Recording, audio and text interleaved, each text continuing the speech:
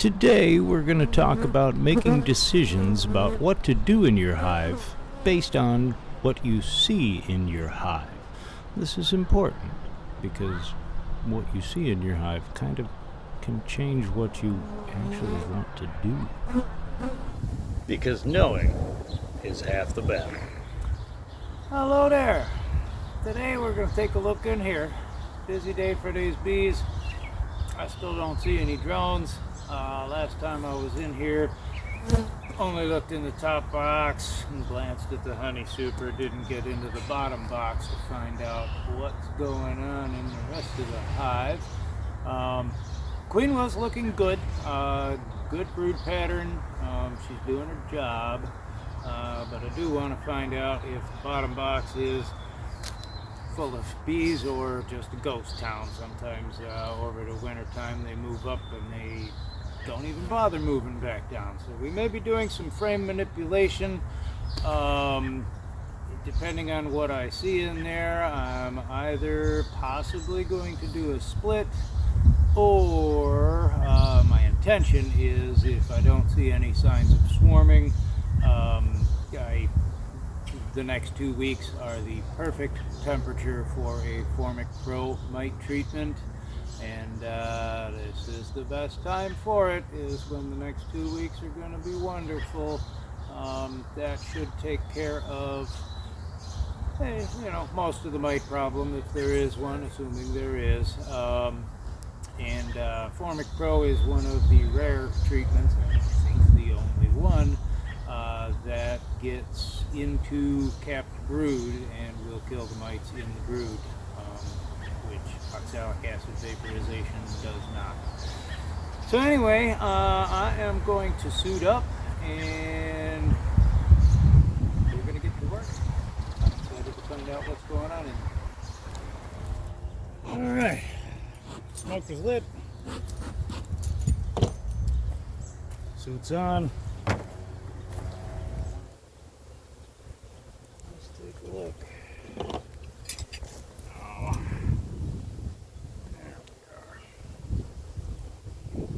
Okay. Pretty. You'll note a couple different colors of pollen in there. We got some brown stuff, some orange stuff. Over here we got some nice brown stuff. It's funny how the bees they organize things very well. If they put one thing in a cell, they continue to put that same thing in a cell. There you go, up away.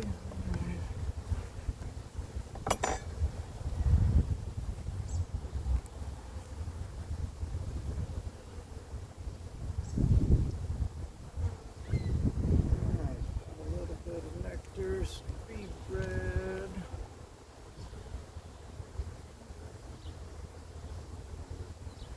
A lot of bees busy working. This is capped honey, a little bit of nectar, and that yellow stuff in there. That's bee bread. I hope my camera is focusing. Sorry if it's not. I can't do two things at once, and I don't have a camera with me.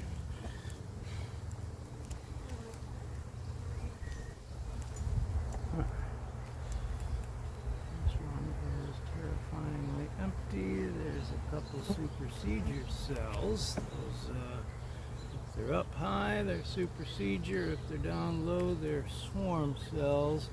At least generally, there's no hard fast rule for that. There's a tiny what would be a swarm cell down on the bottom there. They are empty, so we're not scared. Oh, there we go. Okay, now I'm going to make sure that my camera does focus this time. We have in here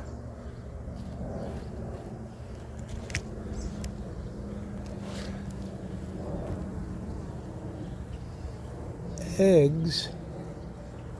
Oh, where'd they go? Boy, they're hard to see, but eggs that were laid today. They are standing straight up. Some of them were laid yesterday. There's some pretty colored pollen in there.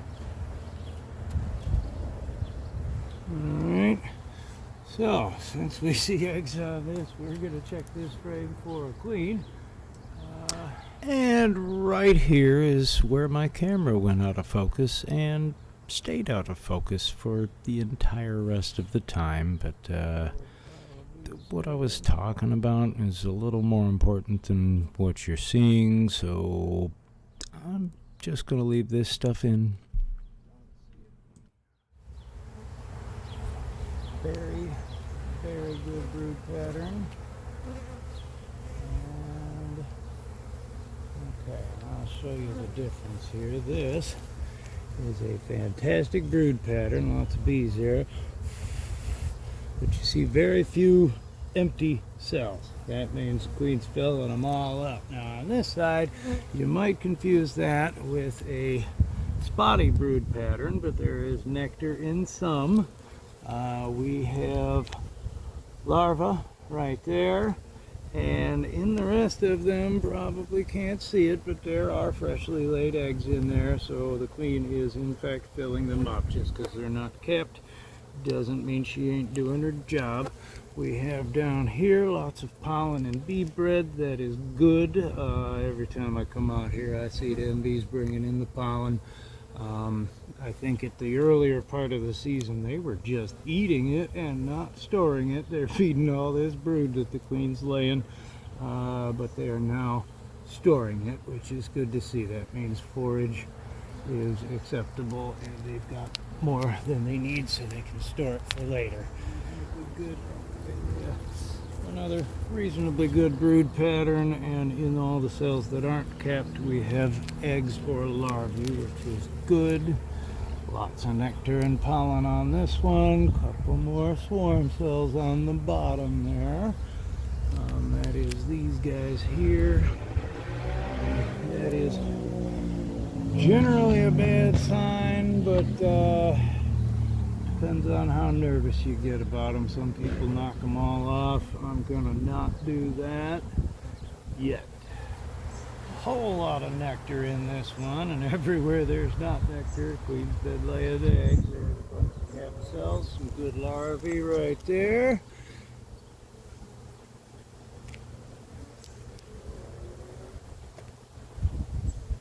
Lots of pollen and bee bread. There is so much more in there. Ho, ho, ho. That's a good queen. Check her out. Look at what she's laying. She's got this one just packed. And everything that ain't got a brood in it, they're filling it with nectar. So there is good forage right now. These bees are not starving. Oh, we got us a good queen. That is a fantastic brood pattern. That is just packed. Good.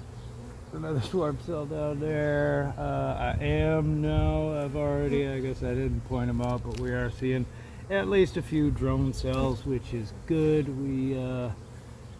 I still haven't seen a drone in this hive, haven't seen one today. Not sure why she has not decided to lay any males, but maybe she doesn't care about them yet. She just wants her daughters well fed and a whole lot more of them.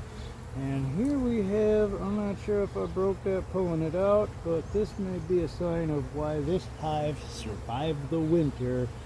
That is usually a sign of hygienic bees, which, generally when a bee says, oh, my queen raises hygienic bees, you don't believe them. But it is a thing, it is real. Some of the bees, if their genetics are right, they can smell mites in the cells. They will uncap those cells so the brood dies. The mites die with the brood, and a little bit of sacrifice saves the entire hive. Oh, this is just packed with freshly laid eggs.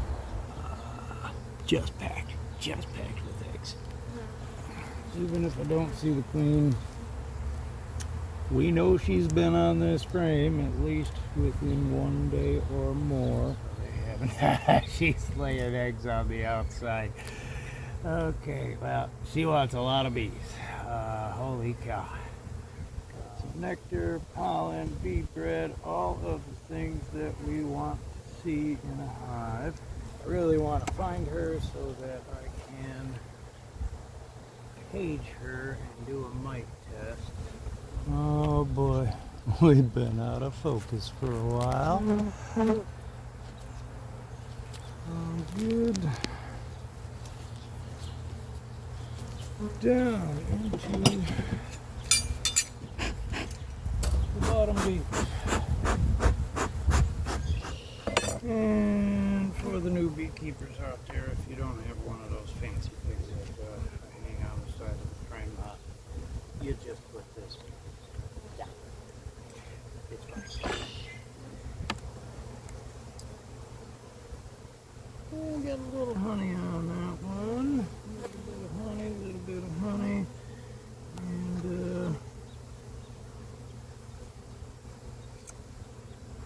not a whole lot else. Have a feel of this bottom box, maybe. Not be a ghost town, but it ain't gonna be packed. Not a whole lot going on down here. There's bees, but they're not doing much. They're filling it up with food. Queen is not coming down here at all. So I think what we're gonna do is, in fact, some frame manipulation. There's a little bit of pollen going on in there. That's good.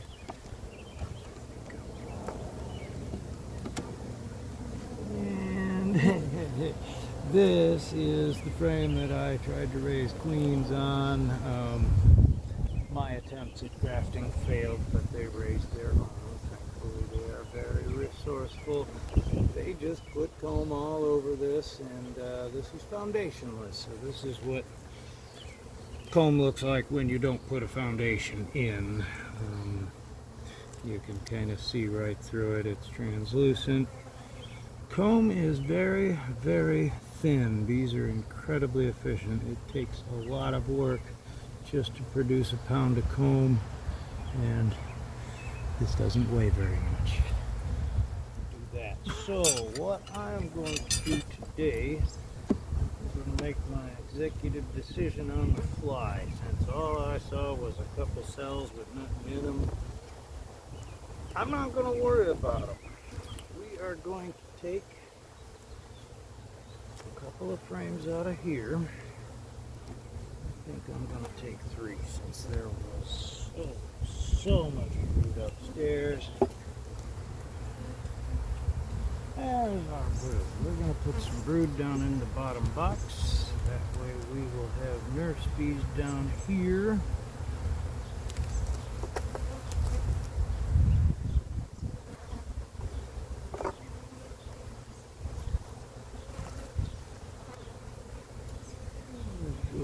More brood and larvae on there. Always try to keep your brood together. They regulate the temperature very well in a hive, and that's fantastic. Keeping your brood together keeps the bees together. They do their job, regulate the temperature, and eggs and larvae are less likely to die if the bees are together, if you keep your brood together. Okay, there we go. Go ahead and drop that one back in. Still did not see the queen. We may have just accidentally dropped her down there, which is fine. Do a thing down there. There's lots of cells for her to lay in. Maybe she hasn't even found it yet. Okay. Put my box on top. Little pro tip, just grab a corner, grab the other corner. If those 2 corners line up, chances are the other 2 corners will be square. We are now going to drop all these empty frames, which is so much more room for that queen to lay on. She might just fill these up with 7,500, I believe, cells on each frame, and she may just pack them all with more bees. And we're going to leave them alone for a second. I am going to show you my Formic Pro next. Once again, our supervisor, Mr. Liquid. How you doing, buddy?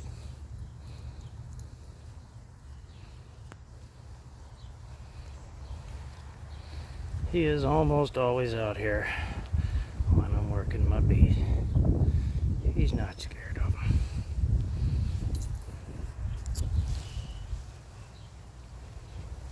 Yeah, right, buddy. This is Formic Pro. This is formic acid treatment. And your job, if you get this, is to read the label. Your instructions may be different by the time you buy yours. We need a temperature between 50 and 85 degrees. I'm assuming you can't read that, but I'm going to read it to you. 50 and 85 degrees on the day of application and throughout the next week. Outside of that temperature range, you can lose bees, brood, and your queen. Don't do that. Pro comes in a very well sealed package, and these are your treatment. We are doing the 14-day treatment, 2 strips, staggering, in between the top and the bottom deep. So we will once again remove this deep, and we're going to put it in between these two.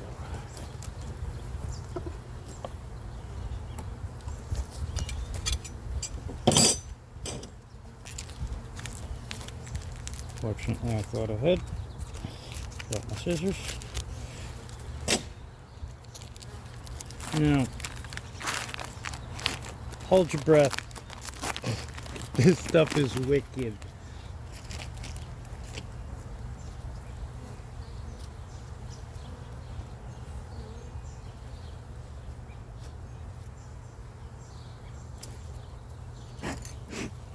We're gonna try to not put this directly on any bees. I guess I wasn't doing that later, but where can I get this fur comb off? It's just going to be in the way. Okay, so one here, as per the instructions. Once again, here's the instructions.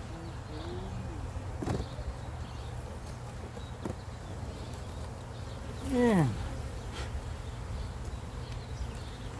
put our box back on, even it up.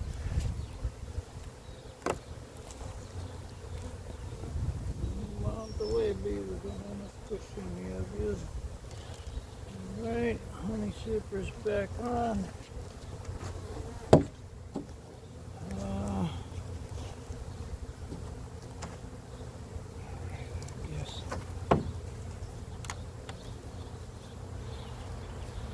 I was gonna close up our second entrance, but I think, oh, there they are. Okay, they're finding the entrance again. I'll do that later. And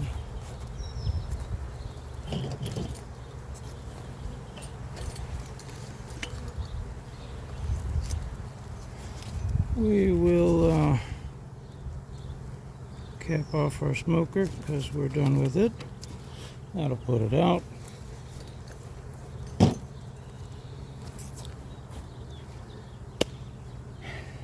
And we're done.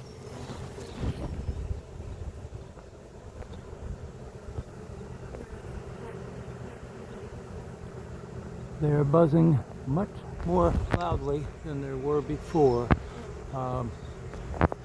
You think you don't like the smell of Formic Pro. They don't really like it either. They don't like the oxalic acid either. They get angry. I'll get used to it and calm down eventually.